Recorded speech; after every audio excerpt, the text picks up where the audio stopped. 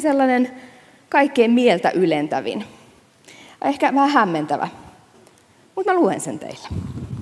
Toisesta Mooseksen kirjasta, luku 11, jakeet 4-6. Mooses sanoi Faaraolle, näin sanoo Herra. Puolen yön aikaan minä kuljen läpi Egyptin, ja silloin kuolee Egyptissä joka ainoa esikoinen. Valtaistuimella istuvan Faaraon esikoisesta jauhinkivien ääressä istuvan orjattaren esikoiseen. Myös kaikki karjan esikoiset kuolevat. Koko Egyptin täyttää suuri valitus, jollaista ei ole ennen kuultu, eikä enää toiste kuulla. Kun me kuullaan vanhan testamentin kertomuksia Jumalasta, tai tämä vitsaus, tai yleensä ehkä ne muutkin vitsaukset, niin tuntuu aika hurjalta.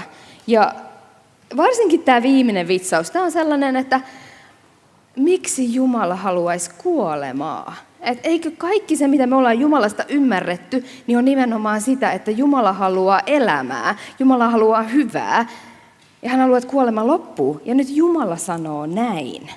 Että missä tässä, tai niissä muissa hämmentävissä teksteissä Raamatun vanhan testamentissa erityisesti, niin missä niissä näkyy se rakastava Jumala, tai missä niissä näkyy se Jumala, joka me nähdään Jeesuksessa? Se Jumala, josta mäkin tykkään täällä saarnata, joka on armollinen ja lempeä ja rakastava. Niin onko tässä ristiriitaa vai ei? Mä haluaisin katsoa tätä kertomusta teidän kanssa vähän tänään. Ja toivottavasti me voidaan todeta lopuksi, että kärsimyksen keskellä on sittenkin armollinen Jumala. Koska tästäkin tuhosta Jumalalla, toki Jeesuksella sitä kautta, niin oli jo suunnitelma, että miten tästä päästään. Että miten voi tästäkin tuhosta pelastua.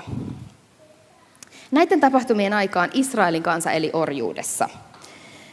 He ei itse voineet päättää, mitä he tekevät, ja heillä ei ollut itse keinoja vapauttaa itseänsä. Siihen tarvittiin yliluonnollista apua. Ja Jumala käski, että jokainen perhe, joka haluaa luottaa häneen, ottaa virheettömän karitsan, tappaa sen, ottaa sen verta ja laittaa sitä oven pieliin. Ja näin tekemällä he ikään kuin sanovat, että me turvaamme tähän, että minä luotan. Ja sitten kuolema ei koskettaisi niitä, joiden ovenpielessä oli verta, vaan sen sijaan he sais uuden alun. Ja näin kävi. Orjista tuli vapaita.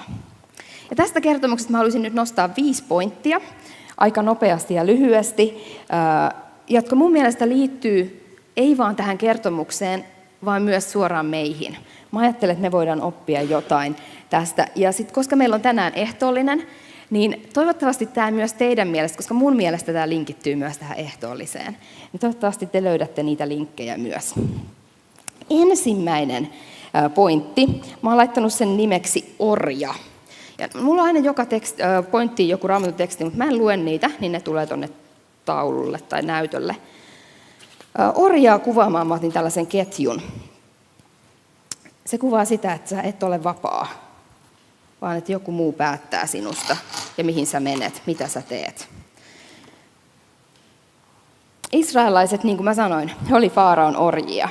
Me ei olla Egyptin orjia, tietääkseni teistäkään kukaan ei ole. Mutta Raamattu sanoo, että me kaikki kuitenkin ollaan synnin orjia. Että synti on vaikuttanut meihin kaikkiin sillä lailla, että hommat ei aina mene ihan putkeen, eikä me olla vapaita aina valitsemaan niin kuin me halutaan, vaikka me toivottaisikin. Ja te olette ehkä kaikki huomannut, tai jos ette ole, niin mä ainakin olen huomannut, että ei meillä ole kykyä vapauttaa aina itsemme niistä meidän hankalista tilanteista, tai meidän niistä taipumuksista, tai niistä, mitkä meitä haittaa ja painaa ja kahlitsee. Ei me voida niitä itse tai siinä itseämme aina auttaa. Me tarvitaan, niin kuin israelilaiset tartti apua Jumalalta, he tartti yliluonnollista apua, niin tarvitaan mekin meidän orjuuteen yliluonnollista apua. Toinen pointti, sen nimeksi mä olen antanut lammas. Ja sitä kuvaa sitten tämmöinen lammas tuolta ekaluokkalaisten luokasta. Jumala antoi ratkaisuksi israelilaisille karitsan, joka kuoli heidän puolestaan. Uudessa testamentissa meille sanotaan, että Jeesus on se todellinen Jumalan karitsa, joka ottaa pois maailman synnin. Tässä kertomuksessa, jota mä luin aluksi, niin tässä toi lammas oli esikuva siitä lampaasta, joka on tuleva. Lammas, joka oli täydellinen ja viaton, just sellainen, joka voi kuolla toisten puolesta. Koska me ei itse voida tätä meidän kahleongelmaa ratkaista, me tarvitaan viaton lammas. 3. pointti tästä kertomuksesta on veri. Ei riittänyt, että se karitsa kuoli. Se ei tuonut sitä pelastusta, vaan että se karitsan veri tässä kertomuksessa piti ottaa ja laittaa tietoisesti sinne oven pieleen. Että sä valitsit, että minä luotan tähän ja otan tämän nyt oman tekoni kohteeksi ja minä teen näin. Ja samoin meille ei riitä se tieto siitä, että Jumalan karitsa Jeesus on kuollut ristillä. Moni ihminen tietää sen, mutta meidän pitää tietoisesti päättää ottaa se osaksemme. Meidän ei onneksi tarvitse millään verellä maalailla itseämme, mutta meidän täytyy päättää, että että Jeesuksen veri vuosi, että hän antoi uhrinsa, niin se koskee minua ja mä valitsen sen osakseni. Silloin kun me turvataan Jeesukseen, niin syntien seuraus ei enää kohtaa meitä. 4. pointti. Siihen havaintoesineenä mulla on ovenkahva. Tämä on ilmeisesti samanlainen kahva kuin meillä on täällä ympärillä muutenkin, että silleen tuttu kahva. Ja tämän pointin nimeksi mä annoin pelastus. Egyptissä kuolema kulki ohi silloin, kun ovi oli merkitty verellä. Jumalan lupaus piti. Kuka tahansa, ei vaan israelilainen, vaan kuka tahansa siellä, joka valitsi luottaa ja laittaa verta oven pieleensä, niin pelasti koko kotinsa tai kaikki siellä asuvat tai siellä kodissa olevat. Samoin meille on luvattu, että Jeesuksessa me ollaan turvassa. Että hän pelastaa meidät synnin ja kuoleman vallasta. Ja mä oon ihan 100% varma, että toi lupaus on totta. Että se on sellainen ovenkahva, että jos siihen tarttuu, niin se ei jää käteen, vaan me aina saadaan se ovi auki halutessamme. Pelastus on totta. Se lammas, jonka veri vuosi, avaa meille ovia. Muutamia viikkoja sitten, aika lailla kuukausi sitten, mä olin pitämässä parkkipäivää Toivonlinnassa. Ja se päivä oli jo loppumassa ja mä olin kaikki pyytänyt, että tulkaa tähän parkkipaikalle ulos, että pidetään tässä loppurukous ja sitten lähdetään. Ja siinä kun mä vielä odottelin, että viimeiset tulee, niin mä olin, että mä käyn äkkiä vessassa. Ja mä tein mun kassin ja kaikki tavarat siihen ulkopuolelle ja menin vessaan ja vedin oven kiinni. Ja sillä hetkellä, kun mä vedin oven kiinni siellä Toivonlinnan rantasaunalla, niin mä tajusin, että tässä ei ole kahvaa sisällä. Mä en pääse täältä pois. No, mä hoidin sitten asiani ja sen jälkeen rupesin miettimään, että miten mä pääsen täältä pois. Ja koitin koputella oveen, mutta mä tiesin tullessa, että kaikki on siellä ulkona. Kukaan ei ole tässä tilassa, kukaan ei kuule mua. Koitin vähän huudella sille, että hei, onko siellä joku? Kukaan ei kuullut mua. No sitten siellä oli semmoinen pieni ikkuna. Mä kiipesin vessanpöntön päälle, avasin sitä ikkunaa, se aukesi selleen tämän verran. Mä en siitä mahtuisi kulkemaan läpi. Mutta mä huutelin siitä, että sattuuko joku kuulemaan, Iida on täällä, mä oon lukossa vessassa. Ja sitten sieltä rupesi ne varhaisnuorten äänet kuuluu, Iida jäi jumiin vessaan. Ja sitten ei mennyt kauankaan, kun sieltä tuli tyttöjä ja ne avasi se vessaoven ja yksi niistä sanoi, no joo, kun mä kävin aikaisemmin vessassa, niin se kahva jäi mun käteeni. Mä laitoin sen tuonne ulkopuolelle. Jeesuksen pelastuksen kanssa ei käy niin, että se kahva on laitettu ulkopuolelle. Se kahva on meidän saatavilla. Meidän ei tarvitse mitään muuta kuin sanoa, että mä otan siitä kahvasta kiinni ja se pelastus meille tarjotaan. Kuka vaan, joka haluaa, saa kulkea pelastuksen ovesta läpi. Ja sitten mun viimeinen pointti, pitäisikö mun siirtää näitä vähän, että ne mahtuu yhteen riviin. Viimeinen ja 5. pointti tästä Raamatun kertomuksesta. Mä oon nimennyt Uusi elämä. Ja sitten mä ajattelin, että tämä kasvi kuvaisi sitä uutta elämää. Toki tämä kasvi nimenomaisesti kuvaa sitä tosi huonosti, koska se on just tollasena jököttänyt tuossa ainakin puoli vuotta. Ei tule yhtään uutta lehteä eikä mitään uutta elämää, mutta se oli söpön pieni, se oli helppo tuoda mukana. Mutta kuvitellaan sellainen kasvi, joka on sellainen tuoreen vihreä, joka kasvaa ja oikeasti kuvaa uutta elämää. Silloin kun israelilaiset lähti Egyptistä, niin he ei enää olleet orjia. He sai uuden alun ja he sai elää elämänsä vapaana kansana. Se ei ollut ihan helppoa heille, koska he tiennyt millaista on elää vapaana. Heidän elämä vaati aika paljon harjoittelua. Mutta vaikka he harjoitteli ja mokaili ja ei oikein tiennyt, että miten tämä vapaa ihmisen elämä on, niin he silti oli vapaita. Ja sama tapahtuu meille. Kun me turvaamme Jeesukseen, niin hän antaa meille uuden elämän. Me saadaan olla Jumalan lapsia. Ja vaikkei me aina ihan tiedetä, miten se tapahtuu, niin se, että me ollaan Jumalan lapsia, niin se on totta ja me saadaan sitä harjoitella. Se kuuluu meille nyt jo. Jumalan lapseus ja uusi elämä. Ja joskus, sinä päivänä kun Jeesus hakee meidät takaisin, niin sitten se uusi elämä saa niin kuin ihan vielä uudenlaiset muodot ja toteutuu lopullisesti. Siinä oli mun 5 pointtia tähän Raamatun tekstiin liittyen. Tätä kaikkea Jumala halusi, että hänen kansansa muistaa. Ja siksi hän antoi israelilaisille ohjeen viettää pääsiäistä joka vuosi. Että joka vuosi he söisivät pääsiäisaterian, jossa on erilaisia aspekteja, jotka muistuttaa heitä siitä, mitä he on käynyt läpi. Ja samalla toivottavasti muistuttaisi heitä siitä, mitä on tuleva. Että tämä ei ollut vain yksi historian asia, että Jumala vapautti orjat sen lampaan veren kautta, antoi pääsyn uuteen elämään, vaan että se on myös vielä edessä se sama prosessi. Ja siksi mä ajattelen, että Jumala antoi ohjeen israelaisille viettää pääsiäisateriaa. Se muistuttaa vapautumista Egyptistä, mutta se myös kääntää katseet siihen suureen vapautumiseen, jonka Jeesus toisi. No nyt sitten scrollataan eteenpäin historiassa aika paljon siihen aikaan, että Jeesus oli tullut elämään maan päälle. Ja hän opetuslastensa kanssa vietti ehtoollista. Ja mä haluaisin lukea Luukkaan evankeliumista luvusta 22, niin muutamia jakeita kertoen siitä ruokailusta. Tämä oli siis pääsiäisateria heillä. He vietti juuri sitä, tämän kaiken muistojuhlaa siinä. Kun aika tuli, Jeesus kävi aterialle yhdessä apostolien kanssa. Hän sanoi, halusin ehdottomasti syödä tämän pääsiäisaterian teidän kanssanne ennen kärsimystäni.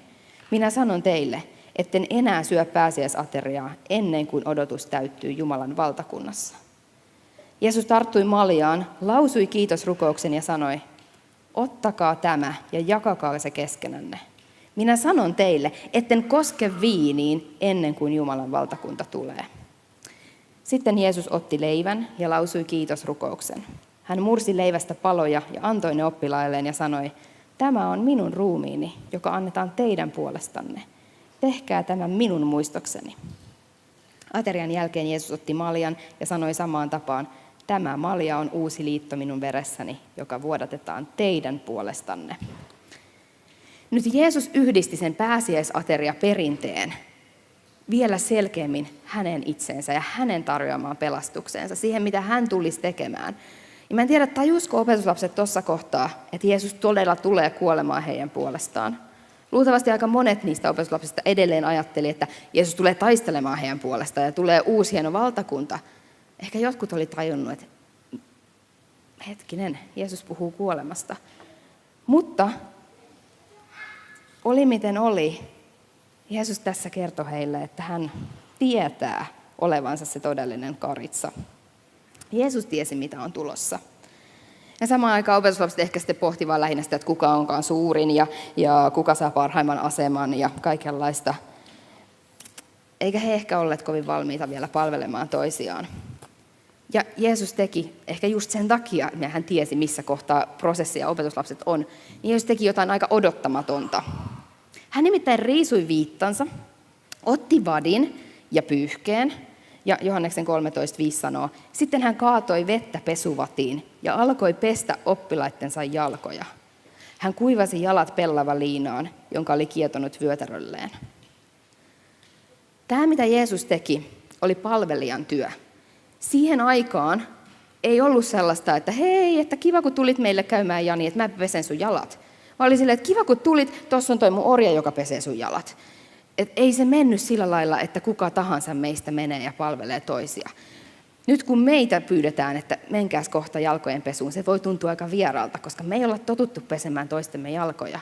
Mutta ei olleet hekään. Se oli jonkun muun työ. Ja nyt Jeesus, jota he katso ylöspäin, piti opettajana sen arvovaltaisena henkilönä, jossa he oli alkanut tajuta, että tässä on Jumalan poika. Tässä on nyt pyhä meidän kanssamme. Hän teki sen palvelijan työn. Jeesus näytti, että todellinen suuruus Jumalan valtakunnassa onkin nöyryyttä ja rakkautta. Että todellinen suuruus on palvelemista. Silloinkin, kun se tuntuu itsestä tosi vieraalta ja ehkä hankalalta. Ja mä oon huomannut, että mun mielestä palveleminen tuntuu aika useasti vieraalta ja hankalalta. Mutta sitten ehkä mä kuitenkin haluan haastaa itseäni yrittämään sitä, koska näin Jeesuskin teki. Mä ajattelen, että tätä samaa viestiä, mitä Jeesus yritti sanoa opetuslapsille sinä päivänä, niin se koskee meitä tänään. Ehtoollisen ja jalkojen pesun äärellä Jumala kutsuu meitä muistamaan ainakin nyt nämä 5 pointtia. Meidät on vapautettu synnin orjuudesta. Jeesus on karitsa, joka on kuollut meidän puolestamme. Ja hänen verensä on meidän turvamme. Jeesus antaa meille pelastuksen. Ja hän avaa meille oven uuteen elämään, jossa me saadaan kulkea vapaana ja palvella toisiamme rakkaudella.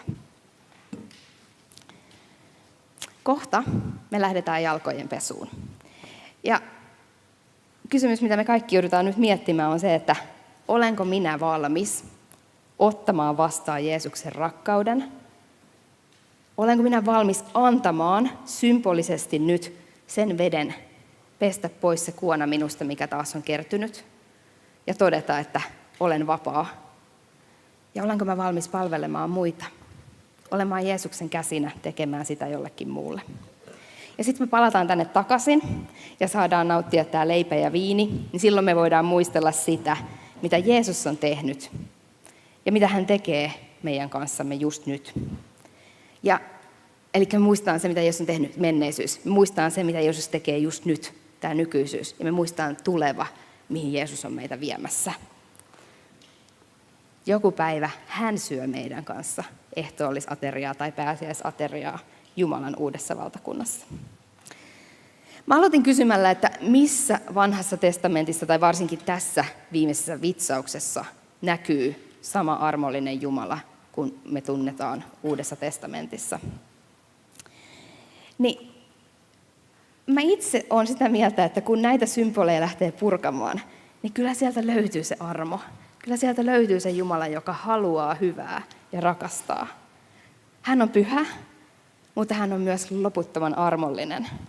Jo Egyptissä hän valmisti tien pelastukseen, ja sitä hän tekee edelleen. Jeesuksessa se tie tuli valmiiksi, ja nyt sitä pelastustietä tarjotaan just sulle.